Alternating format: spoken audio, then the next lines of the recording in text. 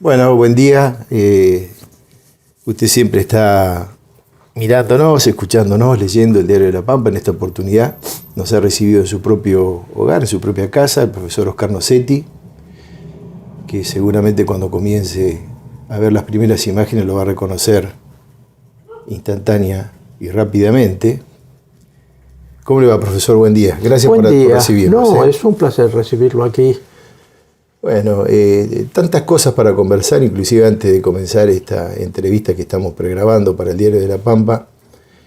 Hablamos del cementerio de los elefantes, hablamos de la necesidad de ir a consultar también a los elefantes que se van para el cementerio, sobre todo en momentos tan cruciales y tan importantes desde el punto de vista del análisis político, pero desgraciados, lamentablemente, que estamos viviendo, porque nuevamente nos encontramos, como decíamos recién, en un ida y vuelta, usted usó una metáfora antes de esta nota, que era como los zapallos en un carro. Claro. Vamos de un bandazo al otro. ¿Sí? Bueno, eso es propio de un país sin una estrella polar definida. Nosotros no tenemos un sistema político consolidado. Es un sistema político que, como los camellos blandos, le sale la joroba en cualquier lado. Eso decía siempre mi padre. Dice, la Argentina es como un camello blando, donde todavía las jorobas no se le han definido. Entonces un día la joroba le sale en un lado, la joroba le sale en el otro. Nosotros no somos un país consolidado políticamente, ni económicamente, ni sabemos cuándo ese fenómeno se va a dar. Entonces eso se refleja en la política y se refleja en la economía. Nada es un país de incertezas. Los argentinos nos hemos acostumbrado a vivir en la incerteza. Usted no sabe cómo le va a ir de acá a 5 años. No hay manera. No sabe con qué corriente política va a tener usted que fatigar su acción como empresario, en el caso suyo, de acá a 3 años. No sabemos si Milei va a estar el año que viene. Se habla de meses, se habla de semanas incluso. Bueno, eso no es normal. Y somos un país que nos hemos acostumbrado a vivir en la anormalidad. Y eso hace que el pueblo argentino sea un ejemplo de la picaresca española. Es decir, aprender a vivir con picardía en un mundo donde todo es incierto. Y esa picardía a veces se gesta como deshonestidad. Y creo que en algunos aspectos hay mucha gente deshonesta en el poder. Mucha gente que ha traicionado las expectativas del pueblo desde hace mucho tiempo.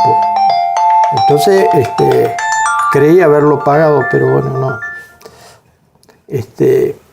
Ha sido traicionado muchas veces el pueblo argentino, en sus expectativas y por sus dirigentes. Y el resultado lo tenemos ahora. Hemos elegido un orate.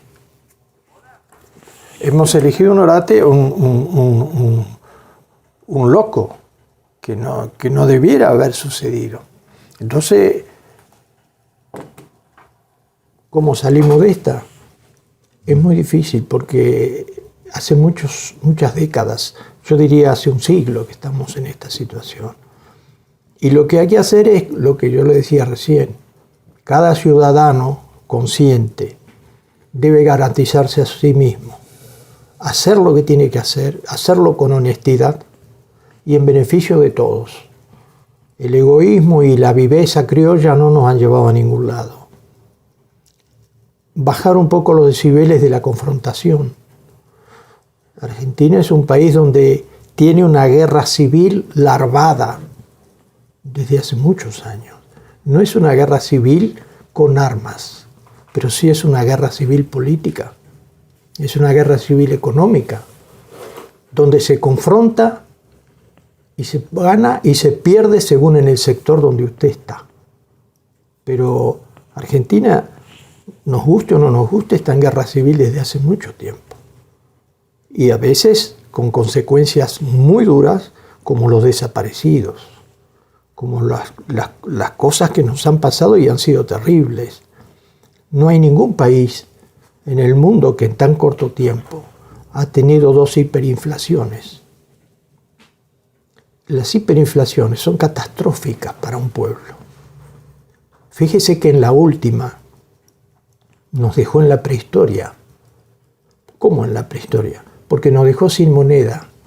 Volvimos al trueque.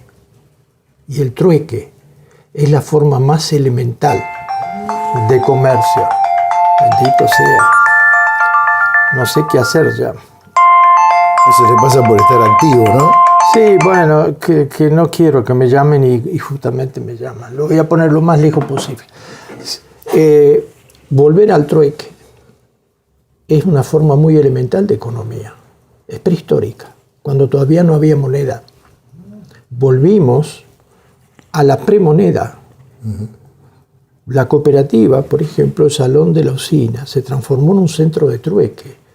Y ahí pudimos ver en funcionamiento una forma de intercambio extraordinariamente primitiva y dramática, porque cuando un país se queda sin moneda es la catástrofe. Y esas hiperinflaciones tuvimos 2. Entonces las consecuencias de todo eso todavía se están pagando. Somos un pueblo que ha sido bastante resiliente y ha sobrevivido a situaciones que en otros lugares podrían haber sido todavía más catastróficas, pero no hemos salido indemnes. Esa preocupación que usted tiene por el destino de nuestro país, que de algún modo trasunta la pregunta, es la que tenemos todos. ¿Cómo salimos de esta? Claro. ¿Y cómo Usted recién pronunció la palabra mágica que creo que, como en las tesinas, bueno, usted es profesor universitario hace muchos años y sabe perfectamente de lo que estamos hablando. La palabra clave, ¿no? Cooperativa. Sí. Y yo lo recuerdo también como profesor en el secundario, cuando nos enseñaban en las clases de filosofía y hablábamos recién de Jean Maritain y de Heráclito, ¿no? De la incertidumbre y todas estas cosas. El movimiento permanente. El movimiento permanente. Y usted eligió el movimiento cooperativo, que es un movimiento permanente también, ¿no? Sí, y en el caso de La Pampa no solamente es un movimiento permanente porque en todos los pueblos hay una cooperativa, sino fundante de una forma de convivencia. ¿Por qué le digo esto? Porque las cooperativas, como en el caso de la CPE, que se funda en el 30 y empieza a generar en 1935, fíjese que se funda en el año 30 en plena crisis de Wall Street. Claro. La famosa crisis del 29-30, cuando todo el mundo entró en una crisis severa, acá un grupo de ganapanes, 4 personas, deciden crear una cooperativa para competir, pensando lo que era Santa Rosa entonces, y quitarle el servicio a una empresa monopólica extranjera, que era la Sudan. Van contra una corporación internacional, 4 ganapanes de Santa Rosa, en un momento de la crisis de Wall Street, donde todo se había detenido y todo era catástrofe en el mundo entero. Esto parece muy loco. Esto me hace acordar a los abejorros, los moscardones, sí, que según las leyes de la aeronáutica, diríamos, no debieran volar. ¿Por qué? Porque la relación que hay entre el peso y el tamaño de sus alas es incorrecta. Entonces, según las leyes de la aerodinámica, el moscardón, por el tamaño de sus alas y el peso que tiene, no debiera volar, según esas leyes. Pero vuela. Seguramente el moscardón no sabe aerodinámica y vuela. Estos 4 ganapanes que fundaron la cooperativa son como los moscardones. No entendían lo que significaba la crisis de 1930 y el enemigo que tenían en 30. O sí lo entendían y aún así siguieron adelante y fundaron la cooperativa que hoy tenemos, que es un orgullo de todos los santarroceños y de los pueblos interconectados. Esa cooperativa fue madre de todas prácticamente las cooperativas de La Pampa. Eso fue del 35 en adelante. Cuando se funda la provincia en el año 52, en gran parte de La Pampa ya había una red que sostenía la economía de los pueblos y los servicios necesarios para la calidad de vida, que lo había hecho el movimiento cooperativo. El movimiento cooperativo, como organizador de las estructuras económicas y sociales de La Pampa, como uno de los organizadores muy importantes, se había consolidado cuando se funda la provincia. Y hay dos fuerzas que están previas a la provincia, que son el municipalismo, municipalidades en todos los pueblos, y el cooperativismo. De modo tal que cuando se crea la provincia se encuentra ya con una urdimbre preestablecida que no pudo modificar y que supo aprovechar de alguna manera. Esa preexistencia del municipalismo y del cooperativismo le dio una característica a La Pampa, que todavía subyace, y es el tener que respetar la diversidad, y que no es sencillo administrar La Pampa. Son muy orgullosos los pueblos, son muy orgullosos los municipios de toda una tradición que es previa a la provincia, y a veces algunos gobernadores parecen olvidar eso. Oscar, usted recién mencionó 1930, estamos prácticamente en los albores de lo que es el 2030, nos falta tanto, 7 años, 6 años. Es decir, que ha pasado casi 100 años para que hoy la provincia de La Pampa tenga la posibilidad, ante una crisis de las características que estamos sobrellevando. Por ejemplo, en la Cooperativa Popular de Electricidad se haya predispuesto un sistema de evaluación del costo de la energía, de la telefonía, y al joven que en este momento está viendo, escuchando la nota, ¿cómo le trasladamos de una manera así contundente y sintética que no hay magia, sino que hay trabajo atrás, hay trayectoria y conquistas? Así es. Bueno, ese carácter constituyente que tuvo el municipalismo y el cooperativismo solamente pudo estructurarse a partir del consenso de la gente. En principio, la historia sirve para demostrar la fortaleza de estas dos organizaciones, una política y una económica, porque esas fortalezas se sostuvieron con el consenso del pueblo pampeano. Y fíjese usted que las cooperativas, lo que hicieron es responder a las demandas de los socios. Fíjese, y vamos a ir a la de la tarifa. En un momento, los socios de la cooperativa, que ya recibían energía eléctrica a partir del año 35, dijeron: no tenemos heladeras, porque no existían. Pero La Pampa tiene climas muy, muy duros en verano. Y no tenemos hielo. ¿Quién se encargó de eso? La cooperativa con una fábrica de hielo. Artículos del hogar. Eran caros. ¿Quién podía pagar en estas crisis que vivió la Argentina, por ejemplo, en 1930? ¿Quién podía pagar esos artículos si no había crédito? Claro. Las cooperativas. Instala artículos del hogar después de fundada y mediante créditos que se pagaban con la factura de la luz y con plazos, podían adquirirse los artículos para el hogar. Todavía eso está. Uh-huh.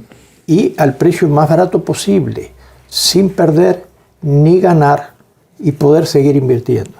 ¿Qué es lo que sigue? Nosotros tenemos el sistema de financiamiento más barato. Luego, el servicio funerario. Costosísimo. Cuando una persona moría, tenía 2 muertos. El cadáver y los pagarés. Por 1 año, pagando el servicio funerario, que era muy costoso. Como es costoso en todos lados donde no hay cooperativas. ¿Quién vino a resolver eso? La cooperativa, los socios fueron a la cooperativa, pidieron un servicio funerario, se hizo. Hoy el servicio funerario está en toda la provincia en manos cooperativas. Hay excepciones porque hay acuerdos con alguna funeraria privada en algunos pueblos. Pero no es poca cosa hablar de un servicio esencial para la comunidad en momentos dramáticos. No había gas. El gas envasado se traía de afuera y a un precio bastante caro. ¿A dónde se fue? A la cooperativa. Y dijeron, bueno, los pueblos, los sectores de la comunidad que no tienen gas natural, o antes cuando no teníamos gas natural, el gas en garrafa, el gas en tubo nos sale muy caro. La cooperativa funda una planta de gas y vende garrafas y vende tubos hoy a todos los sectores de la población que todavía no tienen gas natural y aquellos que en el campo o en industrias necesitan gas. Ahí está. Y seguimos, podemos seguir con muchos servicios. Después las telecomunicaciones. Sí, bueno, ese fue un hito, ¿no? Que es un hito porque podemos decir que hay dos cooperativas en una. La cooperativa eléctrica en la CPE y la otra parte, otra CPE, que es la cooperativa de telecomunicaciones. Claro. Con grandes inversiones y grandes desarrollos. Televisión, telefonía fija, internet. Internet y bueno, y estamos peleando por la telefonía celular, que está muy atada a nivel nacional y los poderes son muy grandes. Usted fíjese, esto como entre corchetes, más que entre paréntesis, que usted probablemente conozca quién es el director de Sancor o el director de las grandes empresas, puede conocer de Argentina 2000, bueno, Credit Corp. bueno, pero no va a conocer quién es el presidente de una compañía de telecomunicaciones que tenga telefonía celular. Están en la sombra. Si usted dice, bueno, ¿quién es el director, el presidente de Telecom? Nunca lo va a ver. Es el negocio más grande que hay. Es uno de los grandes negocios del país, la telefonía celular. Y es uno de los más silenciados. Todo el mundo pide aumentos en tarifas, piden aumentos en el gas, piden aumentos en el petróleo, y usted ve los debates que hay por la energía, ahora por Canmesa, y por acá y por allá. Nunca hay debate por la telefonía celular. Nunca hay conflicto. Nunca hay un pedido al gobierno. No. A los gobiernos, ¿no? A los gobiernos. Eso es una caja negra, pero una caja negra que sale en dólares por todos lados. ¿Y por qué las cooperativas y otras organizaciones privadas provinciales no pueden tener telefonía celular?